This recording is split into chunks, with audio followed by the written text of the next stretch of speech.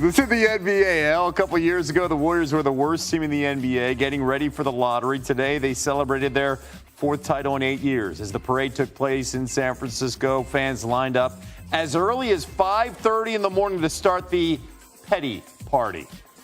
L's kind of party. Cried on the court. It obviously was the end of... Who cries on the basketball court? I mean, no crying in basketball. No, this has been an amazing year. I told y'all don't let us win a championship, and clearly nobody could stop it. I warned y'all, so I'm just going to continue to destroy people on Twitter, as I have been. How you feeling? Amazing. That's what we do. We win. Winners win. They'll never understand it. They'll try to quantify it. They'll try to make it about points. Winners win. That's what we do. Straight like that. I said it all. Shut up. That's what I said. I said it. Shut up. Before you leave, could we get one more night-night for the camera, my guy? Hey, just so you know, when it's over. A little mic drop there from Steph. He can do it. The Warriors' big three, plus Andrew Wiggins and Jordan Poole, under contract next season. But like any other team, they've got free agents who could sign with other teams next month. That includes Kevon Looney, who's been on 3 of the Golden State title teams, and Otto Porter, who averaged nearly 20 minutes per game this season, this postseason. They got him on a steal, just over $2 million this past season. NBA front office insider Bobby Marks joining us. So when we look at the Warriors and the way the roster's put together, the core 3, Steph, Clay, Draymond, they're not going anywhere. They're locked in for the next 2 years. How realistic is it, though, to consider locking in Andrew Wiggins and Jordan Poole long term? This championship window is going to stay open for the foreseeable future, and it starts with Jordan Poole, rookie extension eligible this offseason. They can sign him for an additional 4 seasons. And then Andrew Wiggins, who would have thought we would be talking about an extension for Andrew Wiggins this offseason? He's extension eligible also for another 4 seasons also. So for this championship window to stay open, it's going to be paramount to extend both players. But as you know, it comes with a cost, and Joe Lacob is willing to certainly go out and do that. They paid over $170 million in luxury tax. When you look at 2023-24, that year, both guys' first-year extension, they could be paying over $450 million. That's what he bought the team for in salary and tax. So that's a priority. You mentioned Gary Payton II, Kevon Looney. Yeah. That's priorities right now. But certainly once those players are taken care of, that's your next priorities, extensions for both players. By the way, the price tag this past season was well over $300 million for this roster as well, but they got a title. The Warriors winning it. A year ago at this time, a lot of people just say, who knows about the Warriors? They didn't make the playoffs, but we're going to pencil in the Nets in the playoff conversation to go for a championship. And now Brooklyn is entering this idea of looking ahead. Kyrie Irving, let's circle June 29th. That is the deadline for Kyrie to opt in or decline his $36.5 million option for next season. What can you tell us about the ramifications here for Kyrie and the Nets? They both need each other. That's the ramifications. When you look at Kyrie with his $36.5 million player option, who is out there to go out and sign him? Is it going to be Portland, Orlando, Indiana, San Antonio? Those aren't very attractive situations. So there's not much leverage from Irving's situation. On the other end, what's it for Brooklyn? You let him go. Let's say he goes to the Lakers for the mid-level exception. Let's say he wants to take a $26 million discount. Well, who's going to replace him? Now you're left with Kevin Durant and Ben Simmons and your mid-level exception at $10.3 million. So they need each other to get a deal done, either in the offseason if Irving opts out or if he opts into his contract and maybe you work out an extension. Like you mentioned, they need each other at least now in the short-term future. We will see how that plays out June 29th. Keep an eye on that, Bob. Hours in, the hard work. Look at this. It looks so much better in person, too. The Golden State Warriors have won 3 of the last 4 NBA titles. We celebrated, we've had champagne, we've had rings, but this is the more motivating feeling.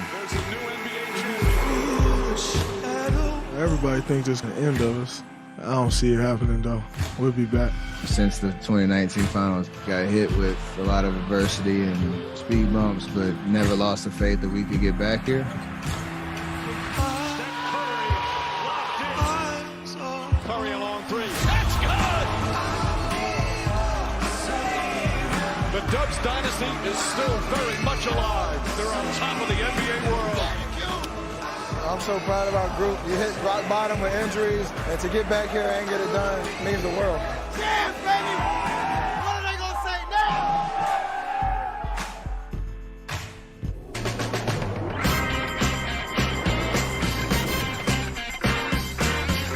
He is Jalen Rose. I'm David Jacoby. We are Jalen and Jacoby. What is it that we We give do? the people!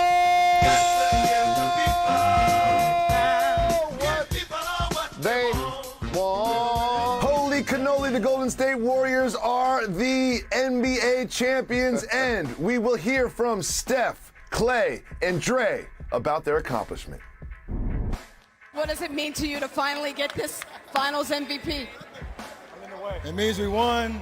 It means we took advantage of the opportunity getting back here. And I mean, I hear all the conversations. I hear all the chatter. We hear all the chatter. At the end of the day, it's about what we do on the floor. Ain't got to talk about it, just got to go do it. And this one hits different. This one hits different for sure. To come here and get a win is awesome. I appreciate this fan base. They brought incredible energy. Got to give kudos to them. But we did what we do. Welcome back to the Warriors Invitational, baby. It's crazy. I'm on cloud 109 right now. At least I don't even know what to say. Jalen, this trio of Steph, Clay, and Dre now have 4 championships in 8 years. What does this mean in terms of their legacy? Don't forget about Iggy. He won a Finals MVP. In all seriousness, the word that comes to mind for me is just iconic. And you know, like, as somebody that grew up the son of a former player that I never met, I always enjoy seeing Steph's interactions with Dale and Gary Payton II with the OG the Glove and Clay with Michael Thompson. And I bring that up because the greatest teams in the history of the NBA, the Bill Russell Celtics, who won 11 and 13 years. Magic and Kareem won 5 and 8 years. Michael Jordan won 6 and 8 years after taking 2 years off. Like the greatness of Tim Duncan, who amassed 5 championships over his career. How about Shaq and Kobe, who had a three-peat and then went on to win 1 and 2 without each other. As Shaq went on to Miami and Kobe stayed in LA to win 2. And then LeBron, D-Wade, and Bosh. And I bring those 3 up because you remember their press conference when they said not 5, not 6, not 7? And I look back at that situation. They did win 2 and 4 years, but I want to salute this trio because they're doing what we thought the Miami Heat trio were going to do. Is that fair? That's fair to say. And Steph Curry is the anchor to that. And for Clay to have injuries in back-to-back seasons and, you know, work in the finals, I was there both times he got injured. I was there when KD got injured. And to watch how Bob Myers and their organization carefully crafted players like Jordan Poole and turn him into a rotation player who plays big minutes in the playoffs, gonna get a big deal. He was in the G League last year. How about Gary Payton II, who I mentioned already, who's played basketball all over the world, and Steph Curry calls him the biggest 6'2" guard in the league because that's the challenges he needed to overcome to prove he was a defensive stopper and even had injury this postseason. How about Wiggins, who is considered an underachiever with the Cavs, with the Timberwolves? They parlay him for D'Angelo Russell. He starts in the All-Star game, becomes one of the worst players in the league after the All-Star break. He couldn't make a 3. He couldn't make a free throw. They eased Steph and Clay back in, Draymond back in. How about Steve Kerr? Kuminga didn't even get minutes in the finals. He's the future. How about Wiseman? He was injured. He's the future.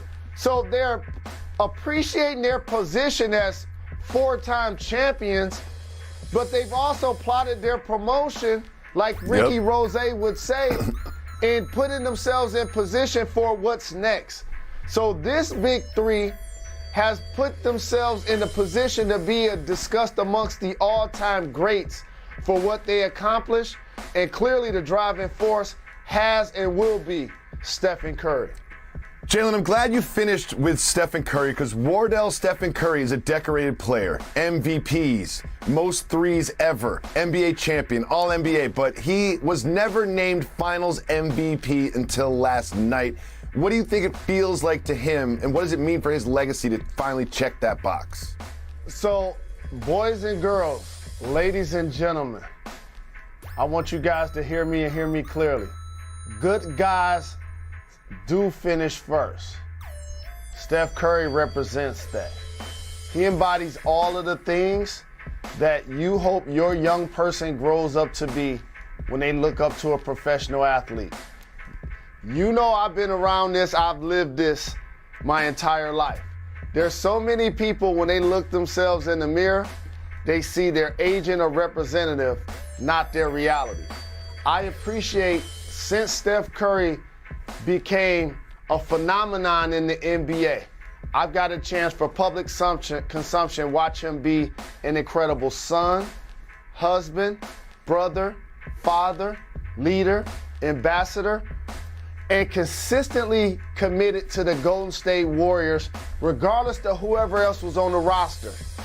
Y'all want to let Harrison Barnes go? I'll trust it. Y'all want to bring in Wiggins? I'll trust it. We need to go recruit KD? Let's make it happen. I need to take a step back? I'll do it. I need to go for kill shots to win our 4th championship. I'll definitely do that. And each time an athlete wins or has success, I want to remind you guys, they always mention their critics or proving people wrong. Always ignore athletes when they say they don't hear the chatter, they don't know what's being said about them. They do. As a matter of fact, that not only do they know, it's their life to know. It's their job to know. It's almost like working on Wall Street, but not reading a Wall Street Journal. It's for you to know what's being said about your name, your legacy, your professional accomplishments. And he knew that was missing. If you're going to be one of the top 10 players of all time, you got to have a Finals MVP, Jacoby. You know it, I know it, he knows it. And so when this series started, I told you, he understands the assignment. He gonna make sure he take it. It's almost like a boxing match. I'm going for the knockout. I ain't sending it to the judges. Yep. Ain't nobody about to give it to Iguodala. Ain't nobody about to give it to Wiggins. We not doing that. He came out in the 3rd quarter, and he continued to put his stamp on this series. And it's great to watch the ascension of a player, as you mentioned, unanimous MVP, 2-time regular season MVP, multiple All-NBA, multiple All-Star, 4-time champion, all of the 3-point records he shattered. But the thing that I appreciate also is watching him overcome turbulence. Yeah. I'm going to bring Chris Mullin on this show because one of the most profound moments in the history of the NBA happened when the owner of the Golden State Warriors was selling to their fans, trading Monte Ellis, and he got booed. Chris Mullin had to go out there and console him and make sure that he gave him support because the fans thought that they were bugging as an organization. He told the fans to calm down. I remember this. I believe it was his jersey retirement ceremony. Correct. And so this is the embodiment of the greatness of Steph Curry. And I want to say something else about the game that everybody's going to ignore. They were trying to find a weak link. Basketball is a game of percentages. So when they leave Draymond Green open for 3-point shots, it's one, he's not making them, but 2, we're playing the percentages. I'd rather have him shoot than Steph Curry or Klay Thompson. It's the same thing defensively. Who are we going to pick on? Klay's been All-NBA. Draymond's been Defensive Player of the Year. Can't pick on Gary Payton II. So now we're going to pick on Poole. We're going to pick on Steph. Except, let me teach y'all something. When you're picking on an all-time great player, if he competes with effort, he's still going to get the benefit of the whistle. And what happened is the Boston Celtics continued to stop everything they were doing. Post up Smart, try to post up Brown, try to post up Tatum against Steph. And all they had to do, Jacoby, is turn around, face up, do a dribble move either way and just shoot the ball. Instead, they just backing down. Crab dribble, backing down, backing down. 3 for 12. Steph went guarding an opponent when they shot the ball. And you ready for this? 6 turnovers. When Steph was guarding someone, it caused 6 turnovers of the 23. So I want to make sure I pay tribute to how he got stronger.